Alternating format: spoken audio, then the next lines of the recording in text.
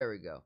She keeps making it worse. Let's get an update on what's going on in Pacific California. Palisades fire flattened entire communities in Los Angeles. Residents had their homes burglarized while they were still locked out of their neighborhoods. Insane. And shortly after, their streets were completely covered by mudslides. Dude, man, America is going through the wildest GTA server update of them all. And in Detroit, imagine this mudslide, but just frozen water. Apparently, their city flooded with like water that was like going halfway up your ankles, and then overnight flash frozen. That was like somebody casted like a freeze spell outside, like Elsa from Frozen. She said, "Let it snow, let it snow," and then it froze all over.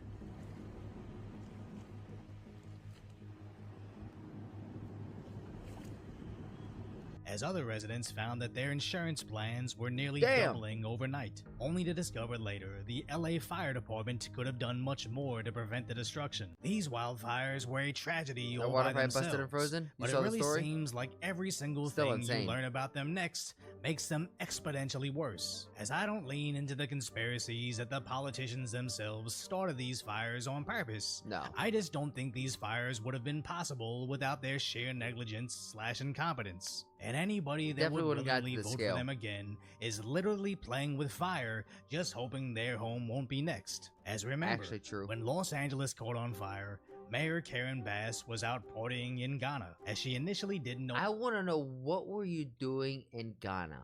Was it family? Was it vacation? Was it business? Why were you out in Ghana at a time where it's literally known as fire season in California? How to react to. This is supposed to be the leader, the governor of this area. This is supposed to be their leader, the representative. And during fire season, their representative said, "Deuces, I'm gonna go party in Ghana." When the journalists would question her about it, only for her to later state she didn't regret going. Looking back, would you have taken that trip overseas? You know, I am going to focus today But please, on if- what we know. But now, she wants an investigation as to why she went to Ghana. She was there Go fighting to water. Ghana, which I know you've said was a mistake now. But I just am curious on the thought It's a shame because she didn't come back with any. process behind it. Right. Because we know that there was warnings about the weather before you went, and you still went. What was the thought process behind going to Ghana? So let me just tell you a couple of things. Okay. First of all, when the White House called and asked me if I would represent the president, I said yes. It was going to be a very, very short trip, over a weekend and 2 business days. That's not a very short trip. A short trip to me is a day or 2 max, right? Like not even 3 nights. Like it's like 1 day, 2 nights, and like half a day you're coming back on that second day. That's a quick trip. Going over a weekend and then needing 2 days off of work, that's not quick. We need to look at everything That's a vacation. about the preparation and all of that for the fires, because I think when we evaluate that, we will find that although there were warnings that I frankly wasn't aware of, although there were warnings, I think our preparation wasn't what it typically is. The warnings you weren't aware of. Why wasn't the preparation what it typically is, especially when it was coming into the season known of fire? Because I know we were talking about it on the news. A lot of people were talking about the problems, warning that this was going to be a huge So deal. when I talked about it with the fire chief, what she said is that we have warnings of Santa Ana winds a lot, but predicting this, and you saw, we from the city, from the county, that level of preparation really didn't happen. So it didn't reach that level. And why didn't it happen? With a bigger budget, which she's going to get to later, with more money and more time and more information and more ability, like, I know hindsight's 2020, but you had warnings and you had money. Why wasn't the preparations done? To me, to say something terrible could happen and maybe you shouldn't have gone on the trip. Why didn't But it to happen? me, I don't know. I mean, I Yeah. think that that's one of the things we That's embarrassing to say. You are the leader of this area, and you're saying you don't know why the preparation didn't happen, even though you allocated a bigger budget. need to look at. So 2 investigations are taking place. one internal to the city, and that's the Fire Commission. It's the same. She's the head of the leadership. She's ultimately the one who should have her head, metaphorically speaking, rolling. Like, she should be the one losing her job, resigning, new leadership, and a new wave of energy coming in to fix this mess. Not her. She's the one who got them into this mess. You think she's gonna be able to get them out of this mess? I mean, look at this. Look at that face. You think that face inspires you? Because that's Doesn't mandated inspire by me. the city charter. So the commission will hire an outside entity to examine everything, the pre-deployment, why were firefighters sent home, all of that should have taken place that didn't. And then also the governor has contracted with the Fire Safety Research Institute, which is a national institute that investigated what happened in the fires in Maui. So everything that happened, including that, needs to be examined. But I will tell you that Not I very felt good for her, 'cause absolutely you're like, you're the terrible reason. not being here for my city and not being here for my family, who was impacted by the fires as well. And so when I say it was a mistake, That's where I feel like you say, I feel like I'm no longer qualified to be a leader. I'm stepping down. absolutely, the idea that I was not present was very painful. This is just the perfect encapsulation of everything wrong with these politicians. Absolutely. She's the elected leader of the city, but basically has zero idea on how anything is operating underneath her.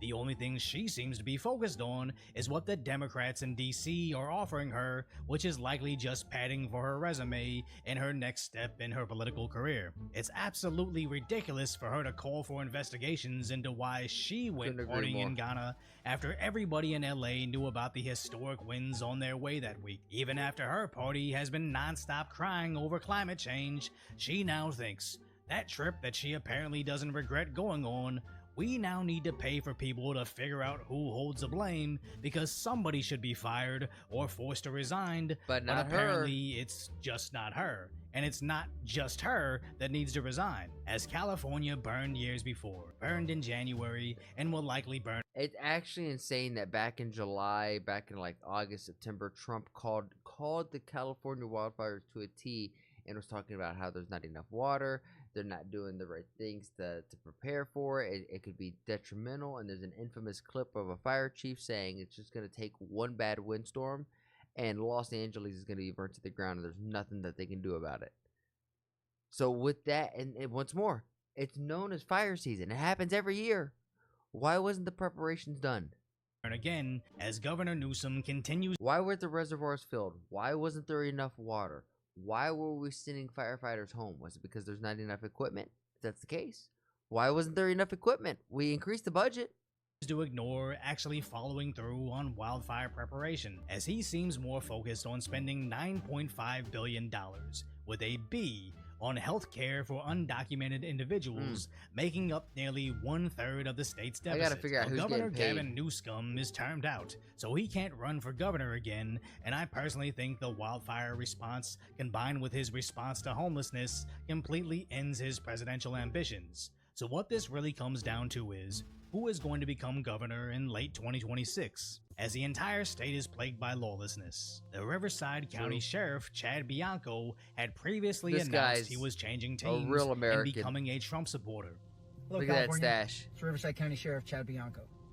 For the past 30 years, I've been doing everything I could to keep our community safe by arresting criminals and putting them in jail and putting them in prison, keeping them out of our neighborhoods. He's got that For the last RFK 5 cut. years, I've been very critical about our governor for slashing our budgets from corrections, for letting prisoners out early, for closing our prisons. I've been critical of our state legislature for passing laws to make it harder to put people in prison. I've been critical for their changing laws that let prisoners out early. And I've been critical for our Attorney General for seemingly not caring about crime and really being an embarrassment to law enforcement. Yikes. Law enforcement, apparently, if you listen to our governor, is systemically racist. If you listen to our legislature, our laws That's right. If you don't agree with us, you're racist. You're a bigot. If you think, if you think immigrants that are coming over here are criminals, then you're just racist. are systemically racist. Our judicial system is systemically racist. All of these people that are being put in jail are because of law enforcement bias and DA bias and all of these things. And so they let them out. They give them food. They give them housing. They give them money. They give them drugs and alcohol now. I got to be honest, I'm getting tired. I'm getting tired. And I'm wondering if I'm having a change of heart and deciding that, you know what, maybe I've been wrong. And I think I'm going to change teams. I know it's going to make some of you angry. I know that you're going to be mad at me, but I'm going to change teams. I think it's time that... What a stash. Instead of letting them out of jail and giving them alcohol and drugs and everything else, I think it's time we put a felon in the White House. Trump 2024, baby. Fast forwarding to today, Bianco has announced he's running for governor. I'm here to announce our campaign to be the next governor of California. Nah, homie's already got himself a following. It must be because of that stash. I'm so disappointed that there's not one poster out here with his stash that's like the color of the American flag. That just needs to be his logo. That stash is epic.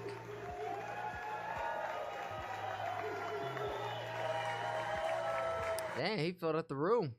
And if you've been watching this channel for a while, especially since during all the lockdowns, when Governor Gavin Newsom announced he wanted local law enforcement to crack down on violations, just not when the governor opens up his winery to dine indoors with his hypocrisy friends. Of the left, but man. Bianco actually announced they just he and his deputies the ability weren't going to govern enforce and any people. of those lockdown orders on the citizens, which honestly, based on that alone, he's got my vote. Now, it would be difficult for anybody in law enforcement to win in California, but all the preliminary polling from the left indicates their frontrunner is former Vice President Kamala Harris, and her running on her experience as DA and the top cop against I don't see her winning anything here in the near future. crime pretty much cancels out any anti-law enforcement angles they could use against Bianco. So hopefully Los Angeles residents and California residents as a whole finally come to their senses and vote for somebody that actually could make California great again. And it's somebody who's like understands the infrastructure, the communities, and the crime within it. Like, plus, once more, homie had a sick mustache. How could you not vote for that mustache? If you're picking up what I'm putting down, then please like the video, subscribe, and if you really like it, then share it with some of your friends. My goal here is to spread a positive message while sprinkling my 2 cents on big topics like American, Indian, and world geopolitics, and even small stuff like Twitch drama and online debacles. And if you want to see it live, come join me over on Twitch.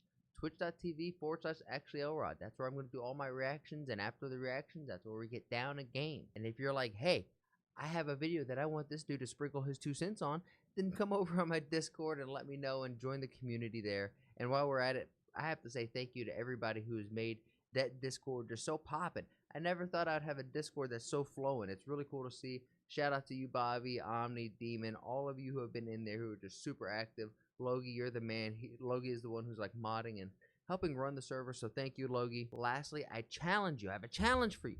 Make somebody laugh today. We all know there's enough hate and vitriol in the world. If energy is contagious like the flu, then let's spread and get everyone contagious with our positive energy, right? Not negative energy, because there's so much of that, and if we could just be a small little change in someone's day, then you never know. Maybe that's the thing that starts shifting this world to a happier, healthier, just better place.